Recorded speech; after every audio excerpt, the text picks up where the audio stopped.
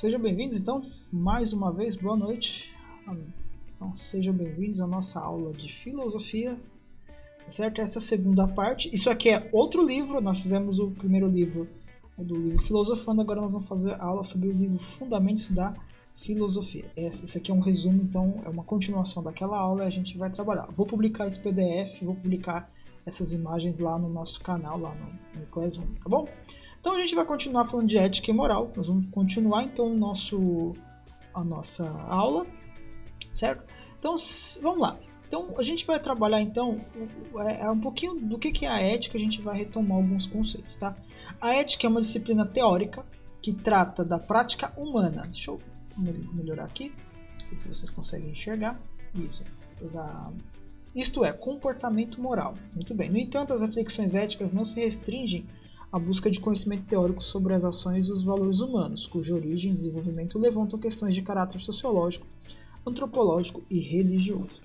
Como filosofia prática, isto é, disciplina teórica como preocupações práticas, a ética orienta-se também pelo desejo de unir o saber ao fazer. Ou seja, busca aplicar o conhecimento do ser sobre o ser para construir aquilo que ele deve ser. Então, quer dizer, você tem a ética, você tem a moral. Então, você tem as regras, você tem a conduta, certo? É uma coisa assim, certo? Aquilo que eu falei na outra aula. E para isso é indispensável boa parcela de conhecimento teórico. Então, vamos ver um pouquinho sobre outro assunto que a gente tem aqui. Está rodando aqui embaixo, moral e direito. Moral e direito. Eis uma pergunta que talvez você esteja se fazendo. Normas morais e jurídicas são a mesma coisa? Há diferença entre elas? Sabemos que as normas morais e as normas jurídicas são estabelecidas pelos membros da sociedade e que ambas se destinam a regulamentar as relações nesse grupo de pessoas. Há, então, vários aspectos comuns entre normas morais e jurídicas. Então vamos lá. Acho bacana a gente trabalhar aqui. Deixa eu colocar aqui no final da página. Muito bem. Deixa eu me acertar aqui. Vou colocar bonitinho aqui. Muito bem. Deixa eu aumentar aí só um pouquinho para ficar mais fácil. Certo? Muito bem, deixa eu jogar um pouquinho para cima aqui. Tá, vamos lá. Então vamos ver os exemplos de um para o outro, né? A diferença então de norma moral e norma jurídica. Então, apresentam-se como imperativos, ou seja, normas que devem ser seguidas por todos. Buscam propor por meio de normas uma convivência melhor entre os indivíduos. Orientam-se pelos valores culturais próprios de determinada sociedade. Tem caráter histórico, isto é, mudam de acordo com as transformações históricos-sociais, certo? No entanto, a despeito dessas semelhanças, há diferenças fundamentais entre moral e o direito, certo? Então vamos ver um pouquinho o que é a diferença de moral e direito. As normas morais são seguidas a partir das convicções de cada pessoa e de cada grupo social ao qual ela pertence, enquanto as normas jurídicas devem ser cumpridas sob pena de punição do Estado em caso de desobediência. Entendeu? Então, quer dizer, as normas morais dentro da sociedade. Uma praia de nudismo, por exemplo. Você segue lá. É imoral andar pelado? Nessa praia de nudismo, não. Porém, você não consegue fazer a mesma coisa numa praia de público em geral, né? Você não vai fazer isso. Então, ou seja, se você fizesse numa praia grande, por exemplo, você é preso. Então, você tem a norma jurídica. Então, a norma moral é a norma jurídica. Tá certo? Então, você pode ser punido porque você está fazendo uma coisa errada. A punição no campo do direito está prevista na legislação. Ao passo que no campo da moral, a eventual sanção pode variar bastante. Muito bem. Pois depende fundamentalmente da consciência moral do sujeito que infringe a norma e dos códigos morais vigentes na sociedade em que ele vive. A esfera da moral é mais ampla. Então, a moral é mais ampla, abrangendo diversos aspectos da vida humana, enquanto a esfera do direito restringe a questões específicas. Certo? Vamos lá. Nascidas da interferência de condutas sociais. O direito costuma ser redigido pelo princípio de que tudo é permitido, exceto aquilo que a lei expressamente proíbe. Tudo é permitido, mas nem tudo lhe convém. Tudo é permitido, mas eu não posso porque senão a lei vai ficar no meu pé. A moral não se traduz em um código formal, enquanto o direito sim. Preste atenção. A moral não se traduz em código formal, enquanto o direito sim. O direito mantém uma relação estreita com o Estado, enquanto a moral não apresenta necessariamente essa vinculação. Certo? O direito mantém uma relação estreita com o Estado, enquanto a moral não apresenta necessariamente essa vinculação. Certo? Então, ou seja, o direito, a moral, a lei A ordem está tudo no Estado. Se você não cumpre, você é condenado e você é julgado. Só que a moral não necessariamente vai estar vinculada ao Estado. Tem coisas que a gente pode fazer que não necessariamente o Estado vai nos condenar, porque são coisas do nosso dia a dia, do nosso cotidiano, do nosso grupo que a gente vive. Certo? Então vamos lá. De todas as diferenças entre moral e direito, talvez Opa, deixa eu mudar para cá. Aqui, muito bem. De todas as diferenças entre moral e direito, talvez uma mereça maior destaque: a coercibilidade na norma jurídica, que conta com a força e a repressão policial do Estado através da ação da justiça e da polícia, certo? Para ser obedecida pelas pessoas. Aqui entra um detalhe, eu não queria comentar, mas eu vou acabar comentando. Só para vocês lembrarem o que ele está querendo dizer. Vou dar um exemplo. O Lula, lembra que o Lula foi condenado, foi condução coercitiva? Isso ficou na mídia, o Brasil inteiro viu isso. Então o que acontece? O Lula ele foi convidado a depor, então a polícia foi lá, pegou ele e levou. É mais ou menos isso que ele está querendo dizer no texto, certo? Então se você não for, alguém vai te levar. Se você não pagou seu carro, então vem um cara com um juiz não, a pessoa que vai fazer a atuação vai vir entregar a carta para você e falar, você vai levar seu carro, então alguém, né? Eu esqueci o nome da pessoa, depois a gente lembra.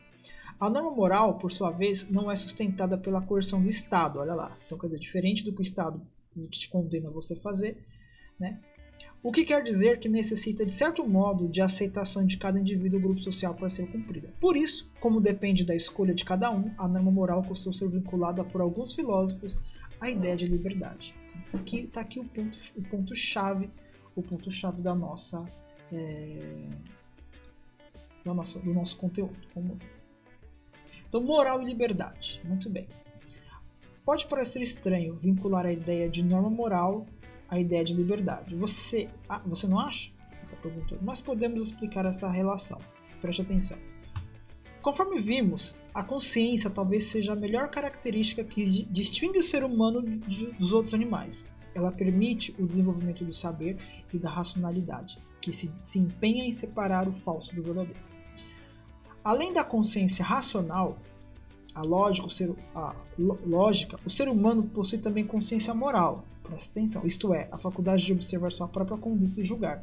Isto é, formular juízos sobre os atos passados, presentes e as intenções futuras. Então, entendeu? O ser humano ele sabe o que ele está fazendo. E ele sabe que se ele decidir fazer um assalto num banco, ele sabe que ele vai pagar por isso se ele for pego. Só que é moralmente correto? Não. Então, mas ele vai lá fazer. E aí?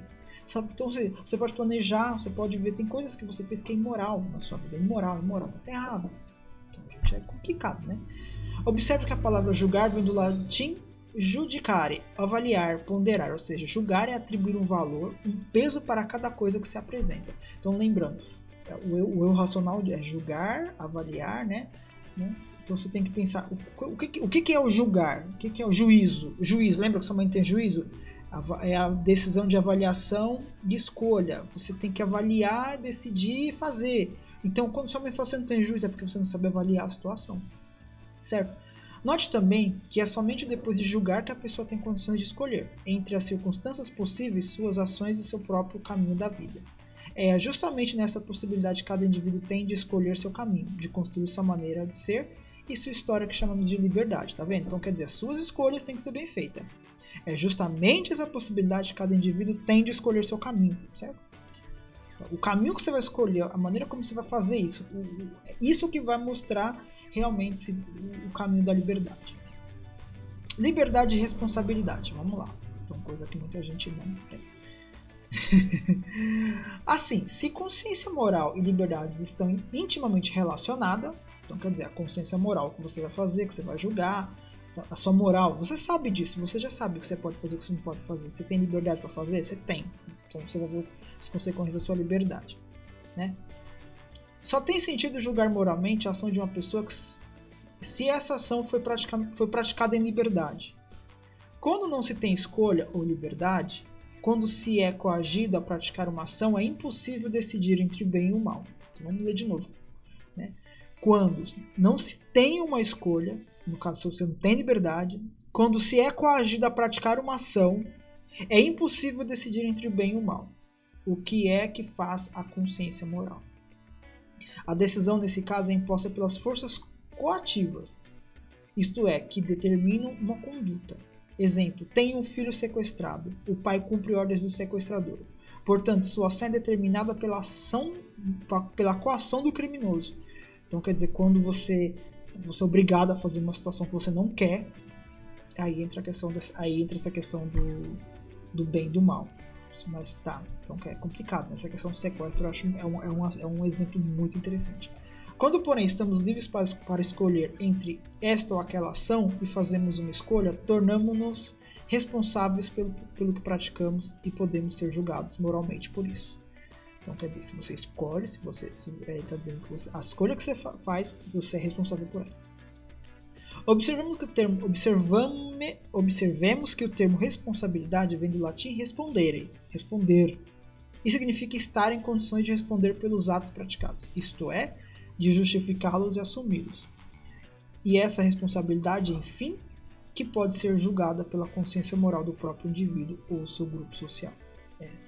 Você fez aquilo lá, de repente, eu estou estou acompanhando um canal chamado Ler Até o Amanhecer. Ela contou um caso de uma menina igual a Suzana Richthofen, só que aconteceu lá em Santos. Então ela sempre viveu de boa vida, tal, só que o pai parece que fez algumas coisas que ela não gostou e de repente decidiu que o namorado quer matar os pais e tal. Tem a história lá, né? A gente não vai entrar em detalhe. Então, quer dizer, ela escolheu, depois ela foi presa, foi julgada, jogou a culpa no namorado, sabe? Ela tem liberdade. Só que essa liberdade dela, ela tem liberdade para fazer o que quiser, só que não precisava ter matado os pais. Para terminar, virtude e vício, certo? Uma propriedade comumente atribuída à consciência moral é a de que ela nos fala como uma voz interior, geralmente nos inclinando para o caminho da virtude. Mas o que é virtude?